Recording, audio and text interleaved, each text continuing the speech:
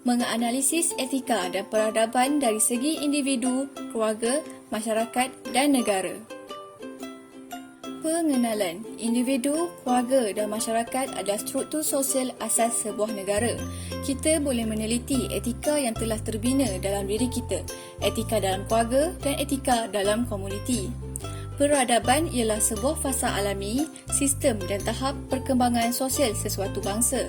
Perkataan etika menurut dalam Kamus Dewan Bahasa dan Pustaka adalah prinsip moral atau nilai-nilai akhlak yang menjadi pegangan seseorang individu atau sesuatu kumpulan manusia. Manakala dalam perkataan Yunani, ethos membawa maksud sifat, watak, kekuasaan, tempat yang biasa, cara hidup atau budaya. Dan etikos pula adalah tata susila, adab, kelakuan atau perbuatan yang baik. Penghayatan etika dan peradaban mengikut peringkat individu. Penghayatan etika dalam kalangan individu adalah sangat perlu ke arah membina peradaban yang tinggi dalam sesebuah negara. Sebagai contoh, etika dalam amalan perniagaan, profesen kedoktoran, wartawanan, perguruan, perbankan dan lain-lain. Ia juga mempunyai etika profesional iaitu mempunyai keupayaan dan kecekapan untuk melaksanakan sesuatu tanggungjawab berdasarkan ilmu, latihan dan kepakaran. Ciri-ciri individu. Sebagai individu, seharusnya memberi layanan dan perkhidmatan yang terbaik kepada pelanggan. Individu perlu mempunyai sikap bertanggungjawab, amanah, adil dan menjaga agama. Penghayatan etika dan peradaban pada peringkat keluarga. Pengaruh keluarga memainkan peranan yang penting dalam pembentukan etika peribadi. Didikan ibu bapa menjadi pegangan hidup kepada anak-anak, memandangkan hubungan kekeluargaan menjadi hubungan pertama yang rapat kepada seseorang individu. Nilai peribadi adalah dibentuk berdasarkan kepada prinsip kekeluargaan, amalan, budaya dan adat dan nilai-nilai murni serta sosial yang diamalkan oleh ahli-ahli keluarga. Dengan ini, anak-anak akan mencontohi dan mempelajari etika daripada keluarga. Sebagai contoh, jika ibu bapa menunjukkan nilai yang baik seperti jujur, beradab dan adil, maka anak-anak juga akan mempunyai etika yang sedemikian. Sekiranya ahli keluarga mempunyai etika yang tidak baik seperti mencuri, menipu, maka perbuatan ini akan menjadi ikutan anak-anak yang seterusnya membentuk etika tidak baik. Penghayatan dan etika peradaban mengikut peringkat masyarakat. Pengenalan. Pertama, etika dan adab di dalam masyarakat sangat penting bagi menimbulkan keharmonian walaupun mempunyai berbilang bangsa dan budaya. Kedua, etika adalah satu sistem nilai yang digunakan dalam hidup manusia sendiri ataupun masyarakat.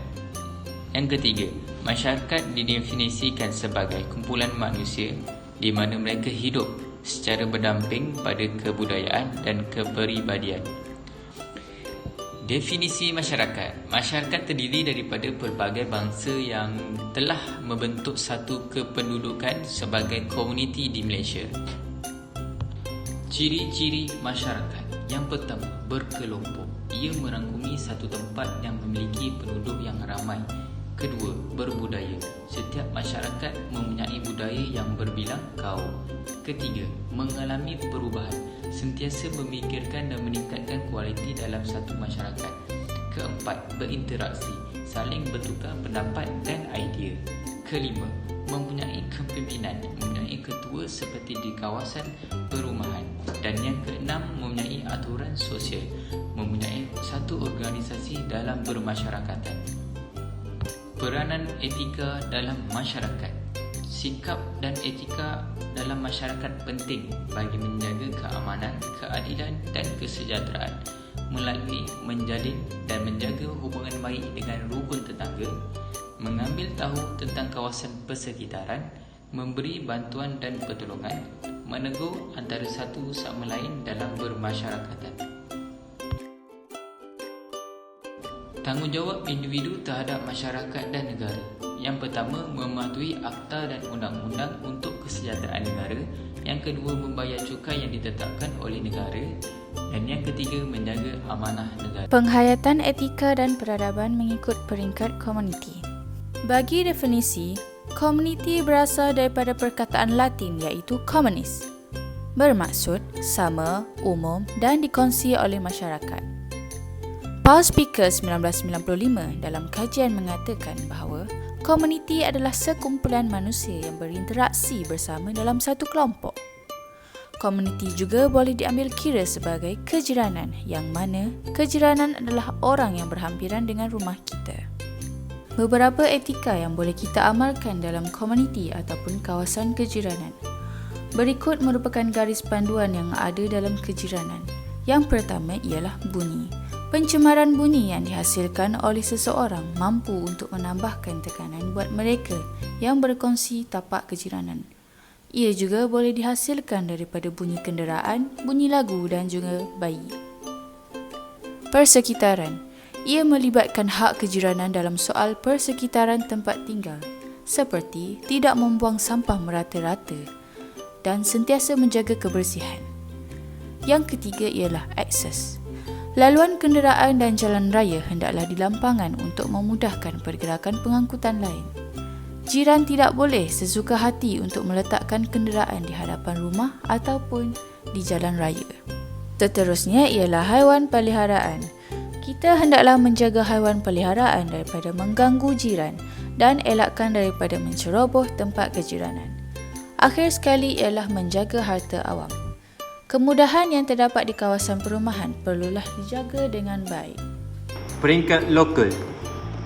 Definisi lokalisasi ialah dialog antara budaya, peradaban bertujuan untuk menjelaskan asas-asas kewujudan budaya yang mengambil bahagian dalam pembinaan tamadun Malaysia. Kesinambungan tamadun Malaysia digunakan untuk memastikan pembangunan dan kemajuan material tidak meminggirkan keperluan pembangunan insan. Konsep lokalisasi merujuk kepada usaha mengubah subsidiari daripada organisasi asing ke dalam organisasi kebangsaan atau tempatan. Ia boleh dibahagi kepada beberapa jenis iaitu lokalisasi produk, laba, pengeluaran dan operasi. Lokalisasi bertujuan untuk memenuhi kehendak pelanggan tempatan yang berbeza.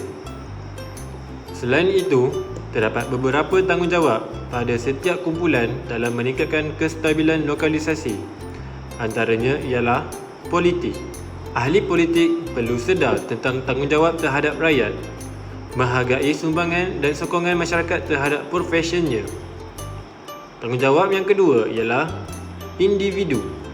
Contoh, mematuhi akta dan undang-undang, membayar cukai yang ditetapkan, menjaga amanah negara, tidak berlaku resis atau bersifat perkauman. Penghayatan etika dan peradaban mengikut peringkat global. Pengenalan. Kebanyakan diskusi tentang globalisasi tertumpu pada isu-isu ekonomi, seolah-olah dimensi globalisasi yang lain seperti globalisasi kebudayaan dan globalisasi ilmu pengetahuan dan maklumat tidak penting. Ia boleh menegaskan bahawa semua dimensi globalisasi, bukan sekadar dimensi ekonomi, adalah penting pada masa depan masyarakat dan negara ini khasnya, dan pada masa depan peradaban umat manusia pada amnya. Secara relatifnya, amat berkurangan isu globalisasi dibahaskan dari kacamata budaya dan peradaban Malaysia. Yang menguasai wacana globalisasi di peringkat dunia ialah pandangan dan perspektif barat. Pengaruh globalisasi terhadap peradaban. Banyak pihak di dunia telah dan sedang menilai buruk baiknya globalisasi kontemporari, terutamanya globalisasi ekonomi. Berikut adalah senarai kebaikan globalisasi serta senarai keburukannya. Kebaikan. Yang pertama, peranan pelaburan asing FDI dalam mewujudkan pekerjaan dan mengurangkan kemiskinan di sebilangan negara. Peningkatan mobiliti sosial dan pengukuhan kelas menengah. peluang yang lebih luas untuk mendapatkan maklumat dan menyebarkan ilmu pengetahuan berkat teknologi baru, komunikasi dan maklumat. Komunikasi yang lebih mudah dan juga murah. Keburukan yang pertama, kualiti alam sekitar yang semakin merosot sebagai akibat terlalu mementingkan faktor keuntungan. Pengabaian keperluan asas hidup di kalangan rakyat termiskin di banyak negara, terutamanya di negara-negara selatan. Penyebaran budaya pengguna yang bertentangan dengan tuntutan nilai-nilai kerohanian dan moral yang murni dan yang merendahkan martabat keinsanan manusia. Pengangguran yang semakin memburuk dan jurang perbezaan pendapatan yang semakin melebar di negara-negara utara sendiri.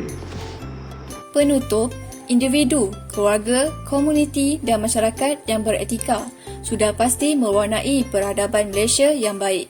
Individu yang beretika mendapat kebaikan fizikal, ketenangan jiwa, perasaan serta dapat membina sasiah diri ataupun kepribadian yang baik kerana adanya sifat-sifat yang terpuji.